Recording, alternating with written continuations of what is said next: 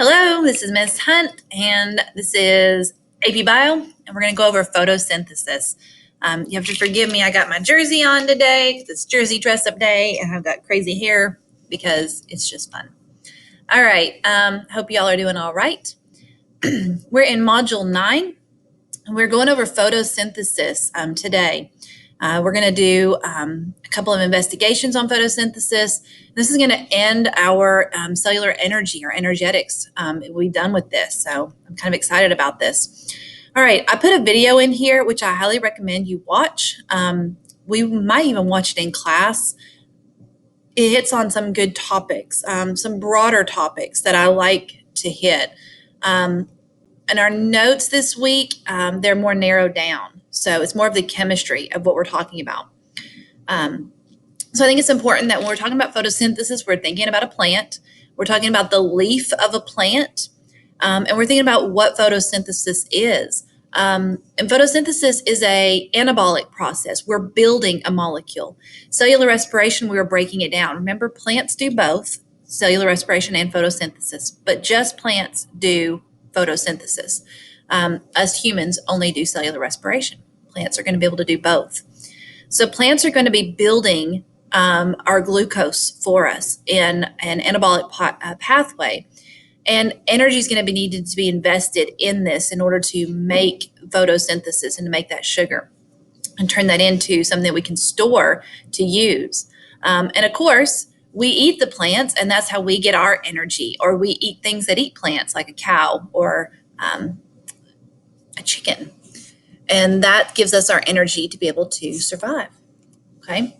All right. We've talked about ATP. Remember, this is adenosine triphosphate, and this is our energy molecule. This is just going to hit it again, so it's good because it's a big molecule to talk about.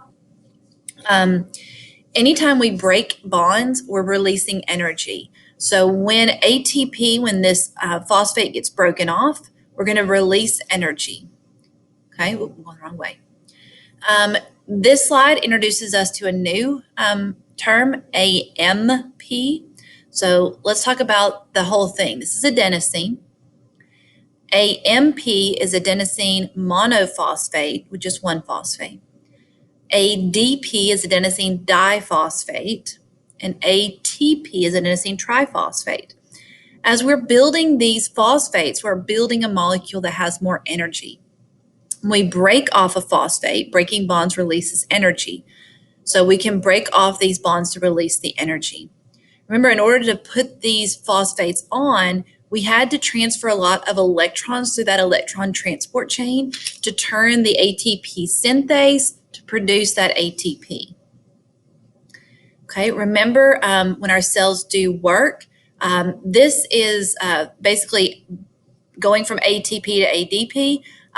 This is going to add water to ATP. It's going to pop off a phosphate into ADP.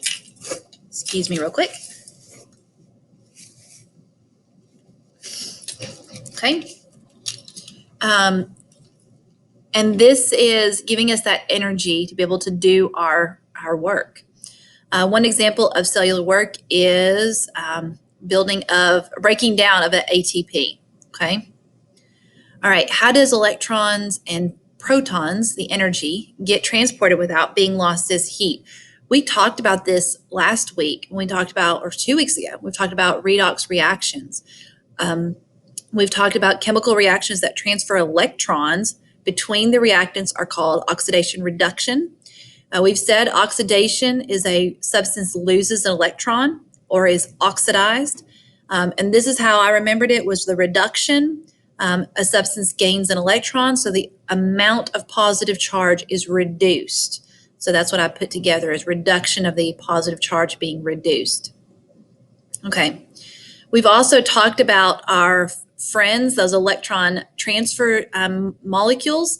The NAD plus, who gains a hydrogen, become NADH. The FAD, who gains 2 hydrogens, become FADH. And this time we're going to introduce a new guy. This is NADP, who becomes NADPH. So he's going to be vital for our photosynthesis. I remember that P is goes with photosynthesis. So it kind of helps compare that one over here. But all three of these are electron carriers or electron acceptors. And so when they go through the electron transport chain, these are what's going to be moving in and out and being passed through to give us our electricity. So here's our electron transport chain, NADH, FADH. And as we go down, so here is our Gibbs free energy. We're starting at a higher molecule.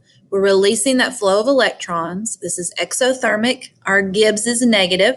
And we're ending up down here with our electron acceptor molecule of oxygen and turning it into water. Okay, and you can see the reduction and oxidation that's happening in here. Okay, here's another one for an electron transport chain. Just know it's very complicated. As you go through the membrane, you can see that on here for the mitochondria. This is cellular respiration, which we've kind of already gone through. All right, this part should look familiar. This should look like the POGL we did last week. Predict the number of electrons that must be involved in the reaction to make the charge in the reaction balanced. So we're looking here. We know NAD pairs with a hydrogen to become NADH, but when we look at the charges, we say, well, this is positive, which means it gave up its an electron, so it has a more positive charge, and this is a positive too. And positive don't go together. So the only way we can be able to do this is if we pull two more electrons. So right here, put a negative 2e, so two electrons are coming in here. Now here is by they're accepting those two electrons, this can pair up. Now this can become a not a positive, and we reduce, or not reduce, we have all the same charges. We can become an NADH because the D and the H both get their extra electrons back. So that's why they're accepting that electron. The same thing here, it's going to be a negative 2e for two more electrons are going to be paired with FAD and FADH2, 2H plus to form FADH2. So two electrons are coming in. And the same thing here, we're going to take in 2, so negative 2e into our oxygen, and that's going to pair up to make water. So the negative 2 and the positive 2 are going to come together to make H2O. So these guys are our electron acceptors. I've talked about following that hydrogen because it's easy to see, but we have to remind ourselves that the hydrogen is representing the electron, okay? All right, this is a good picture to talk about photosynthesis because that's what we're trying to focus on this week. This is the chloroplast. You can see it's a double membrane bound organelle. Inside, you have the thylakoids, which we always draw chloroplast as a circle with circles in it. That's the circles inside, is the thylakoids that stack up on top of each other. Photosynthesis is basically two parts. You have the light reaction, and then you have the Calvin cycle. Sometimes this is called the dark reaction, but it's kind of a misnomer. So we think, with the light reaction, you obviously need the sunlight to start off photosynthesis, and you're right. It's going to kick off and start when the light comes up. When the sun comes up, we start photosynthesis. But when the sun goes down, we can still do photosynthesis. Calling this the dark reaction made some people think that it only happened at night, and that's not true. It happens all the time. The light reaction can only happen in the light time, in the presence of light. But the Calvin or the dark reaction can happen all the time. So that's continuously making everything. So over here in the presence of light, we're going to make our oxygen. We're going to take water in to that thylakoid, and we're going to make oxygen. Okay. So we're going to, what are we doing? We're splitting the hydrogens. We're taking the hydrogens out. Where's that hydrogen going? Well, NADP plus and is coming over here, and he's picking it up, and NADPH, taking it over here to the Calvin cycle. We're going to also be able to pop on a phosphate over here to make some ATP. All right, plants are also going to take in carbon dioxide into the Calvin cycle. This looks very similar to the Krebs cycle or the citric acid cycle that we did with cellular respiration. This happens in the stroma, which is in the fluid part of the chloroplast. And we're going to make glucose when we're done. Okay. All right, in that light reaction, in that thylakoid, there are two other reactions that are happening. There's photosystem 2, an electron transport chain, and then photosystem 1 that's happening all in that thylakoid, okay? In the stroma, we're doing the Calvin cycle, and we're taking the rest of it, okay? All right, again, here's a picture of the chloroplast. It's got a double membrane. We have the thylakoid. Inside the thylakoid is a stack, but the individual little disc is a granum, a stack of thylakoids, but then the individual granums. I'm trying to think if I'm getting that right or if I'm getting it backwards. I might be getting that backwards. I'm going to have to double check on that. All right, the stroma is definitely the fluid out here. So half the reaction is happening inside and then half of it is happening in the fluid, okay? So I think a granum is a stack of thylakoids, okay? So each one of these is the thylakoid. That makes more sense. And then the granum is the whole stack. So that's a granum, and this individual thing is the thylakoids, each little circle, okay? I had to think for a second. Okay, you should go ahead and memorize the formula for photosynthesis. We have 6 molecules of carbon dioxide plus 6 molecules of water plus light is going to yield C6H12O6. What is this? That's glucose. That's our sugar. Make sure it's in a 1 to 2 to 1 ratio. And look how many hydrogens. That's what we want. All that 12 hydrogens right there. That's where our energy is going to be. And it's also going to make oxygen. Now remember, plants do both. So after it does photosynthesis, it takes the product, that sugar and oxygen, to the mitochondria, and it does cellular respiration. Okay, photosynthesis is 2 parts. Step 1, the light reaction. It's in the thylakoid. Step 2, carbon fixation, also called the Calvin cycle, also referred to as the dark reaction, is in the stroma. Okay.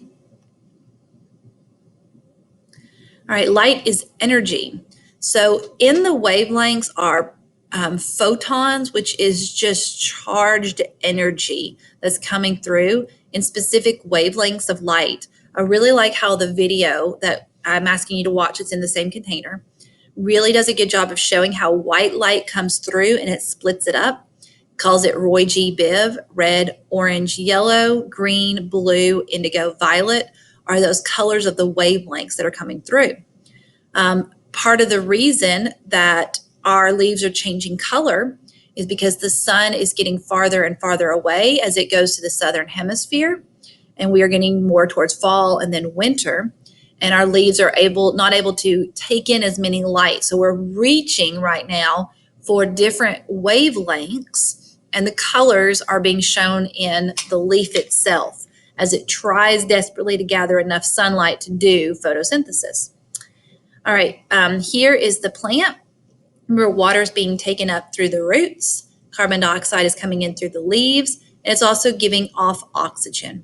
So here's a picture of all the different chlorophylls that are available. And remember, chlorophyll fills in the chloroplast, and it gives it that green color. And all the different light absorption rays. So you can see chlorophyll A is available if we're going to about 450 in the wavelengths. As we get closer up to 500, maybe 475, we're at chlorophyll B. You see carotenoids here also are being absorbed, okay? So step 1, the light reaction. It occurs in photosystems in the thylakoid membranes of the chloroplast. It's going to use water, light, NADP plus and ADP. We're going to produce, so we're going to be making oxygen as a waste because we're breaking off water. Our hydrogen is going to go over here. This becomes our waste. And ATP. So as we break off this hydrogen, we're going to turn that ATP synthase wheel to make more phosphate, ATP. Okay. All right, this is our cell for our leaf, a picture of a cross-section of a leaf. So you can see the epidermis is the outside of a leaf. And then you see on the inside of the leaf all the different cells on the inside. So this is what we're looking at for a cross-section of a leaf. There are, I didn't put a picture on here, there are little pores on here called stomatas. And stomatas are like little mouths on the leaf. And they're going to open up and do gas exchange. So when they open, they're going to take in CO2. They're going to let out oxygen. So hopefully in class, we're going to see some of those. It might be on Monday that we're going to look at those, the stomata. All right, chloroplasts are adapted to separate the light reaction from the carbon fixation. The light reaction occurs in the thylakoid membranes. So there's that little thylakoid membranes. Okay, looks like an electron transport chain. Chloroplasts are adapted to separate the light from the reactions of the carbon fixation.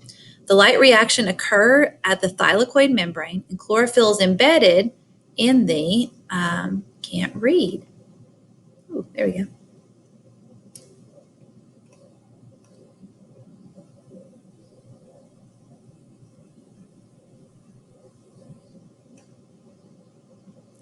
Well, that doesn't help you, does it?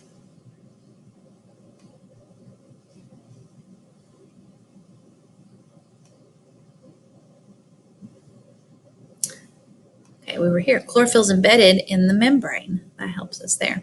Okay.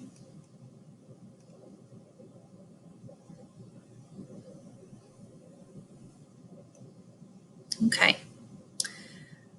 All right. The chlorophyll molecules in photosystem 2 and then 1 produce high energy electrons when exposed to photons. Remember, photons is the energy in the light, and it's going to vibrate. And this is going to cause us to have more energy. So here, light energy is coming in, and we're going to take our water and we're going to split it apart, and we're going to make our oxygen. So there's the first waste product. That hydrogen is going to be sent to that ATP synthase, and it's going to go in turning ADP plus a phosphate into ATP. So that's what we're doing, is breaking apart that hydrogen to come in here. Here's more light. So this is photosystem 2. All right, this is photosystem 1. This is also going to make another chemical called ferredoxin.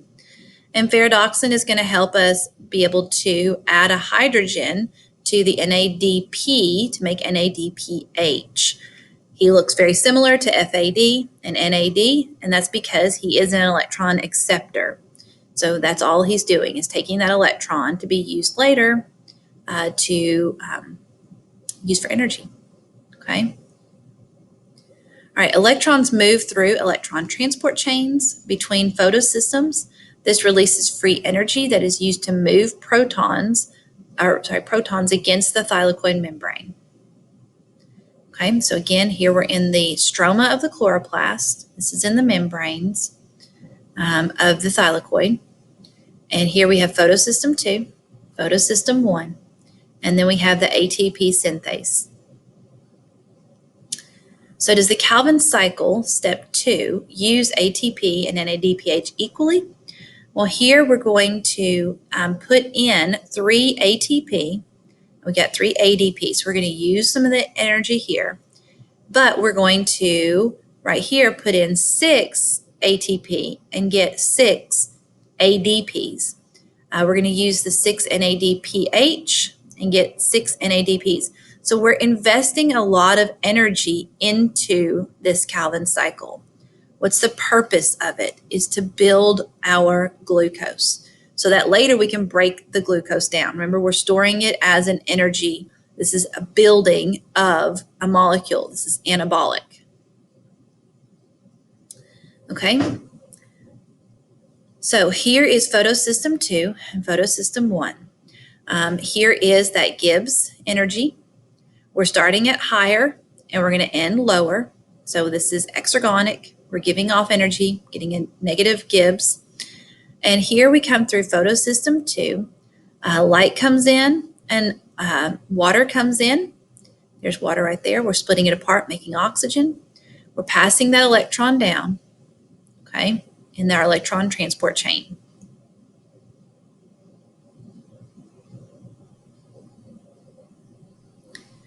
Okay, here's that same thing, the electrons being moved back and forth. Photosystem 2 and then photosystem 1.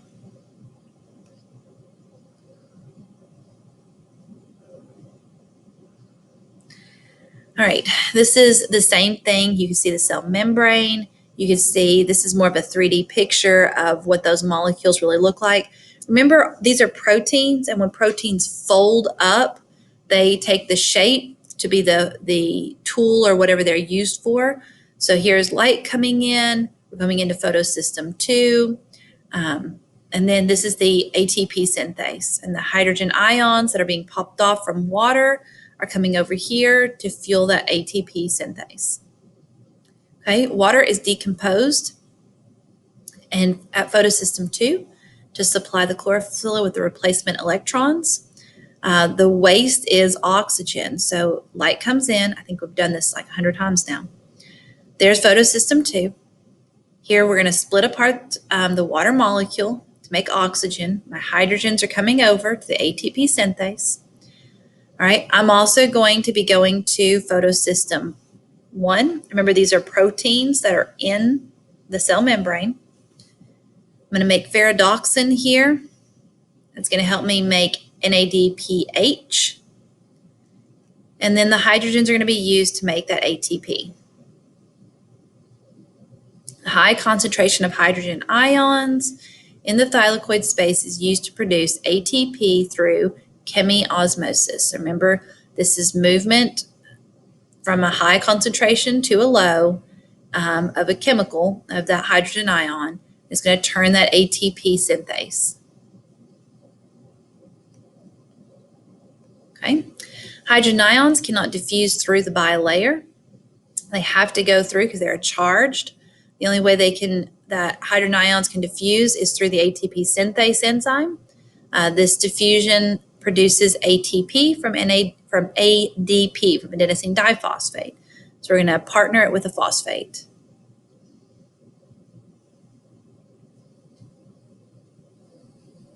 Okay. All right, and that drives the conversion. Okay, it's another 3D model of the ATP synthase. All right, here we go to the second part. So we've done the light reaction. Now we've got the Calvin cycle. All right, again, this looks complicated. It's really what parts you have to memorize are not so complicated. We're going to remember the second ingredient in photosynthesis. We took water in. We also have to take carbon dioxide in. We're going to take 3 molecules at a time, so it goes through this twice. Because remember, there's 6 molecules of CO2. And we're going to be making other molecules. So ATP comes in to make ADP. We're going to break some energy here. We're going to use some energy here too. NADPH comes off to make NADP+. Remember, these are reusable enzymes that we're going to be using. And our goal is to make that glucose. That's going to be our energy storage so that we are storing it for later. You're going to see these words Rubisco. You're going to see, there's one more on here. RUBP is on here. You're going to see that, the G3P. They'll talk about these guys again, but these, and the PGA, that's what I was looking for. All of these are just molecules that are storing the hydrogens as they come around, so the hydrogens can be popped off later on, okay? The light reaction produces ATP and NADPH in the thylakoid membrane, and they were sent into step 2, the Calvin cycle, to build the G3P. Okay, carbon fixation occurs in the stroma of the chloroplast. Remember, that's the liquid. It uses carbon dioxide, NADPH, and ATP, and we're going to produce the organic molecules G3P, NADP, and ADP. Okay, the organic molecule is our glucose, is our sugar. Chloroplasts are adapted to separate the separate the light reaction from the carbon fixation. Carbon fixation occurs in the stroma. Carbon dioxide is incorporated by the Calvin cycle. Here's the coming in of the CO2 by the enzyme Rubisco. It's going to turn the 5-carbon RUBP, Rubisco BP molecule into 2 3-carbon G3P molecules through a series of reactions. Okay, that's all this parts. You don't have to memorize all the little parts coming through here. Just know it goes into the Calvin cycle. And remember, this is an energy building. We're going to try and build that glucose coming out of it. All right, you don't have to memorize all this, but know that it gets a lot more complicated. So if you're going into the biochemistry, if you really like botany, if you like the biochemistry stuff, there you go. Okay. All right, for every 3 turns of the Calvin cycle, 1 net molecule of the G3P is produced. Okay, and that's for the glucose and any other organic compounds. So the G is for the glucose and any other. Remember, it's not just making glucose, we're making fructose, maltose, dextrose, sucrose, all these other oses that are coming through here in the sugar. We just like to stick to glucose to make it all simple. ATP is used into building this, but what are we building? We're building a molecule that is going to be energy and used for energy. Okay. These work. These are some great animations. I recommend you clicking into them. You got to allow flash.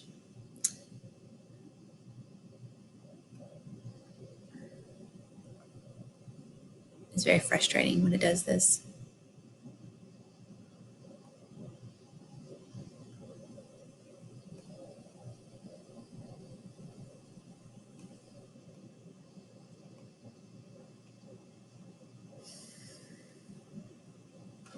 Let me go through it back here.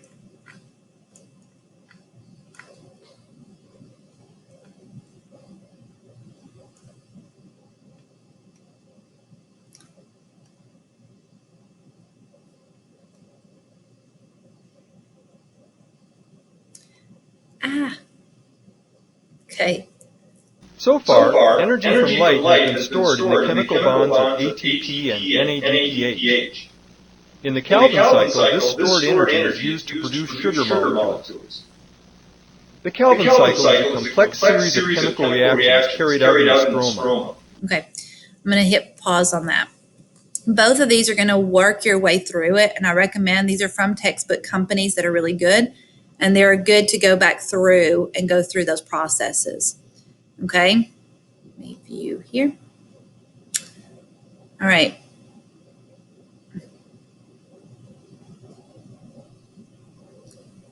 Okay, so the 2 G3Ps can make 1 glucose. So here is the glucose coming out of here. Okay. All right, photosynthesis determines global productivity. So as each season comes in, so we are ending the summer season of the northern hemisphere and it's becoming the southern hemisphere. There's a lot less continents and land in the southern hemisphere, so we don't make as much oxygen as when we do in the northern hemisphere for our summers. But productivity is the amount of energy being produced on Earth, amount of food, amount of biomass, amount of life being created. So we're about to go through our winter where a lot less oxygen will be made around the world. We're relying on the southern hemisphere where there's just not as much land mass as there is in the northern. So we're going to have different rays of light coming through here, and that gives us our fall and our winter. Okay. All right, I hope that was helpful. We have the printed notes in class, but you can be able to use that read, write, text PDF thing to go through this. All right, what else? Today, we're also going to go through this picture. We're going to label and draw the parts of the chloroplast. We're going to use our Chromebooks to go through that, and hopefully we'll go through everything on here. I've also put up here some videos from the AP Classroom. That's pretty good. There's the diagram. The crash course, I highly recommend. You get extra credit for turning these in, so make sure you're finishing those. Next class, we're going to do the POGL, and we'll do it in class. And Thursday, we're going to try to do the photosynthesis lab. Of course, if you're online or you're absent, I've got a Bozeman video here and a sheet for you to do because it's just so hard to recreate what the lab is in our room from home. Unfortunately, I just can't mimic the same experience of the classroom, but it's the same lab that we're doing. So watch the Bozeman video. All right, I hope that was helpful, and I hope you're having a good week, and I hope you're participating in your dress up, and I will see you later. Or I'll be on Friday if you need to talk on a Google Meet. So I'll have a Google Meet on Friday. All right, thanks.